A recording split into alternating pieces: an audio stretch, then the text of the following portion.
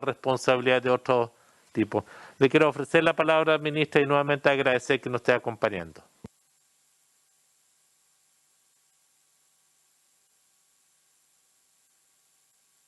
Tiene el micrófono bloqueado, ministra. Ahí sí. Muchas gracias, senador. Gracias a usted. Quisiera partir haciendo un comentario más bien general. Y yo, mire, si hay alguien que está consciente de la gravedad del problema, soy yo, porque es un problema que está afectando a todos los rubros del transporte. Y cuando escucho a los dirigentes, francamente me parece que son otras personas distintas de aquellas con las que yo me he reunido. Cuando se quejan de soberbia, por ejemplo, de verdad quisiera entender a qué se refieren, porque a nadie que haya pedido una reunión en el ministerio se le ha negado, nunca, nunca, y yo puedo dar fe de eso.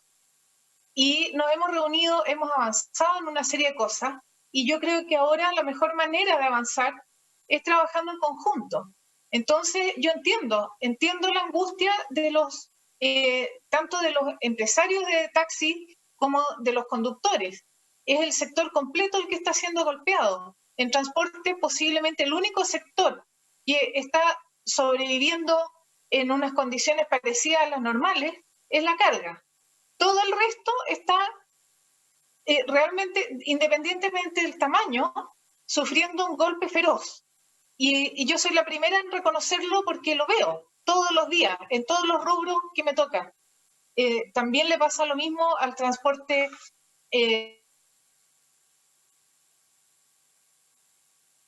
Santiago, también al transporte aéreo. Es un problema que está afectando al país más allá de lo que afecta solo al gremio. Quisiera decir que hay algunas características y además reforzar algunas cosas que, como digo, me llama la atención que se desconozca totalmente el trabajo que hemos hecho en conjunto. Los gremios, varios de los que están acá me han hecho propuestas, nosotros las hemos acogido, hemos aplicado programas pilotos, los hemos respaldado públicamente, hemos tratado siempre de hacer dentro de nuestras facultades lo máximo para que la actividad pueda desarrollarse.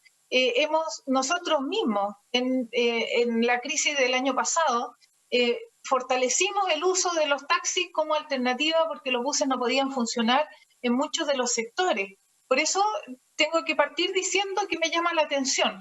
Yo entiendo la necesidad de plantear los problemas, pero yo creo en las personas y creo en las buenas relaciones y he tratado de cultivar buenas relaciones con todos los que están aquí presentes. Y por eso que hagan ver una actitud soberbia es algo que a mí me afecta negativamente. Realmente creo que no es la forma en que nosotros por lo menos hemos tratado de acoger. También quisiera decir que la situación actual es bien distinta de cualquier cosa que hayamos vivido antes en el país. Y en este caso afecta a todo el país y a muchos gremios, y no solamente al gremio del transporte. Y a mí me preocupa sacar adelante la actividad del transporte, la conectividad, la movilidad, pero no podemos desconocer que el impacto es mucho más amplio. Y desde ese punto de vista, el diseño de los paquetes de ayuda, que son muchos, y yo creo que vale la pena explorarlos en detalle. Nosotros acabamos de hacer en el ministerio una presentación que se la mandamos, no sé si les ha llegado, pero se la estamos mandando a todos los gremios, donde están todos los detalles y cómo se activa, cómo se postula, quién puede acceder a los beneficios, porque como son tantos los sectores afectados, todos los planes de ayuda están dirigidos a características de personas, más que a rubros específicos, como ha sido en la historia. Yo reconozco que efectivamente hubo bonos hasta el año 2017, hubo otro bono en el primer gobierno del presidente Piñera, pero eran situaciones distintas, eran situaciones que afectaban a sectores muy específicos. Y por eso la reacción era aplicar un bono en ese sector.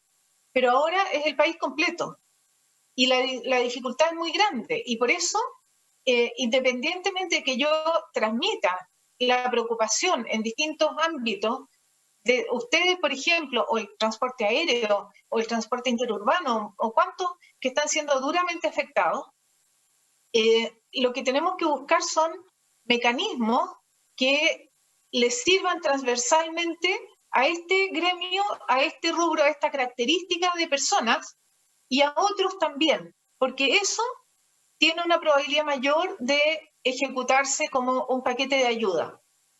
En eso estoy trabajando yo, en tratar de perfilar los grupos, de manera que uno no defina un sector, porque dígame usted con qué argumento el ministro de Hacienda va a decir a este sector le voy a dar un bono, a los taxis y taxis colectivos, y no se lo voy a dar a los empleados de los restaurantes, por ejemplo, que se quedaron todos sin trabajo. O a cuántos rubros, si basta conversar con cualquier persona para saber cuánta gente está siendo duramente afectada en este momento. Entonces, también es importante, y alguien lo mencionó acá, abrir la mente a alternativas. Nosotros mismos gestionamos, por ejemplo, tal vez uno debería pensar en soluciones de distintos tipos, un paquete de soluciones que no es el bono que conocemos solamente, o que puede ser alguna forma de entrega de recursos que no tiene la misma forma del bono histórico. Eso estoy tratando yo de desarrollar, que sean ayudas, pero que sea consistente con el foco que el gobierno le está dando a la solución de esta crisis.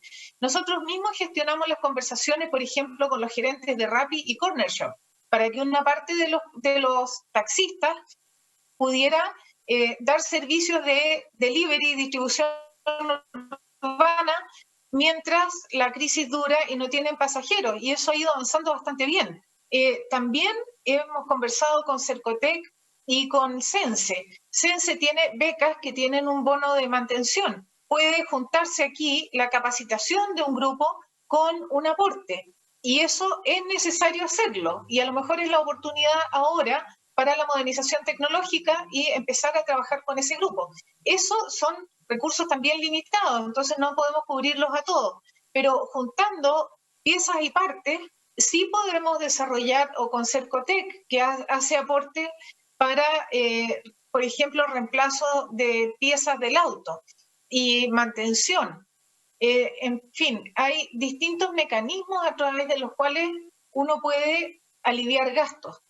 No solo hay que pensar en que genere el ingreso, sino también alivie gastos en el caso de aquellos que pueden estar todavía operando en algún nivel. Pero creo que aquí tenemos que abrir la mente a eso y a plantear algunas medidas que sean un poco más estructurales del sector y que tengan una viabilidad en el largo plazo. Quisiera referirme también al tema de la formalidad o informalidad. Es cierto que nosotros tenemos un registro de los vehículos y de su dueño en el Ministerio de Transporte y hacemos fiscalización a partir de esos registros. Pero en el caso de los conductores, si bien existen los registros en los terminales, en la realidad, cuando empezamos a hacer el recuento y le preguntamos incluso a los propios operadores quiénes son sus conductores o a los conductores cuál es la relación con el operador, hay una situación de informalidad. En muchos casos no hay un contrato, no están en un registro. Entonces, yo quisiera primero partir por no negar realidades. No estoy calificando si son buenas o malas, pero si no reconocemos realidades, tampoco vamos a resolver el problema. Y, por ejemplo, cuando se habla de la tributación y de renta presunta y cumplir con todo, no hay más del 3% de los empresarios de taxi que tributan finalmente. Entonces, claro, cuando uno genera paquetes de ayuda dirigidos a ciertos grupos y no tiene información, cuesta más armarlo. Y eso es lo que está pasando en parte en este caso, porque no hay una medida de cuál es el perjuicio. Como no hay una renta, por ejemplo, si hubiera tributación, aunque fuera por renta presunta, uno diría, bueno, este es el tipo de ingreso aproximado que deberíamos compensar. En este caso no lo hay. Y eso, por eso digo, no estoy calificando si es bueno o es malo. Estoy diciendo que la realidad a la cual nos enfrentamos es esa. Y esa es la que tenemos que resolver. Y la manera de resolverlo, dado que tenemos esa precariedad de información, y que deberíamos corregirla. Yo estoy de acuerdo con tener un registro de los conductores, por ejemplo, me parece absolutamente de toda lógica y necesidad. No es algo que se pueda resolver tan rápidamente en el corto plazo. Hacer un registro es algo que hay que crear por ley, por ejemplo, para dar una dimensión del tiempo que pueda tomar. Construirlo, programarlo es algo bastante simple, pero son pasos que toman tiempo y por eso creo que ahora lo que tenemos que hacer es ver cómo entre todos logramos hacer algún avance, por ejemplo, a través de un perfilamiento de quiénes son los propietarios, quiénes son los conductores. Más bien reconociendo que si hay informalidad, eso es así y no tenemos un vínculo a través del cual podamos medir. Si no están en el registro social de hogares, por ejemplo, queda un grupo fuera importante. Ideal sería que se registraran y que desde ahí se pudiera medir a quiénes poder entregarle beneficios. Yo estoy segura que si ustedes hacen el recuento a través de la presentación esta que estamos entregándolo a los gremios, de todas las medidas a las cuales se puede acceder, una parte importante va a ser objeto de eso. Por otro lado, hemos trabajado con el Ministerio de Economía justamente abordando estos mismos temas. Y la preocupación del ministro de Economía también abarca todos los sectores que se están viendo afectados. Y a través de ello, con Corfo, con Cercotec y también con los bancos. Yo estoy consciente que los bancos les falta aquí una postura bastante más abierta. Se les está dando un tremendo respaldo para que den crédito y están poniendo muchos problemas para entregarlo. Yo creo que eso también es algo en lo que nosotros podemos ayudar para que se abra una posibilidad de caja de corto plazo en condiciones que sean tolerables. Así que lo único que quiero yo es reiterar el compromiso del Ministerio, que los esfuerzos estamos haciéndolos. Ustedes mismos lo han dicho. Nosotros somos un ministerio normativo, no hacemos pagos, hacemos los pagos de subsidios al servicio de transporte público mayor y entregamos los recursos espejo a las regiones. Después el destino de esos recursos los deciden los consejos regionales, no nosotros.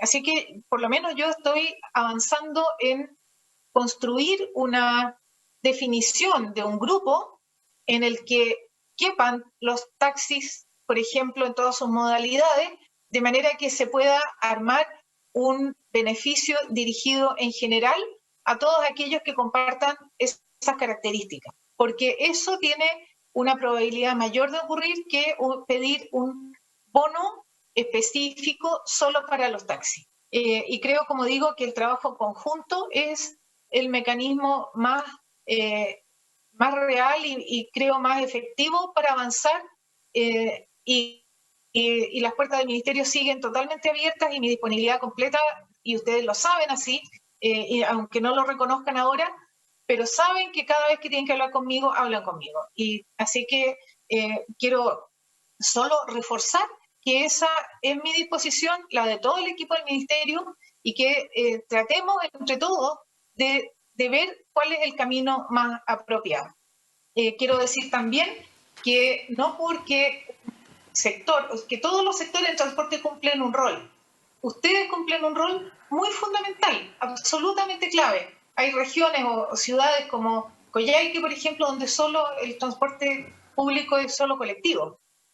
Así que yo estoy bien clara con eso. El rol de los colectivos es muy importante en la ciudad también, los taxis básicos igualmente, y hay otros modos que también son necesarios para mucha gente, y mucha gente reconoce que los avances que se han hecho son valiosos para ellos. Yo creo que no hay que descalificar lo que se hace en otros modos y tampoco desconocer que esas mejoras, como las renovaciones de flota que se han mencionado acá y se han calificado de innecesarias, benefician a mucha gente, a millones de personas todos los días, y ha sido valorado por las personas. Entonces, mi llamado es a que trabajemos en conjunto, a que avancemos, propongamos creativamente alguna alternativa, pero yo dejaría de lado las calificaciones peyorativas, porque creo que no aportan nada, y el descalificar también otros modos que tampoco aportan nada. Muchas gracias, ministra. entiendo de que en ningún momento las calificaciones eran en contra de su persona ni del ministerio. Creo que los adjetivos apuntaban a insensibilidades en otros ámbitos y que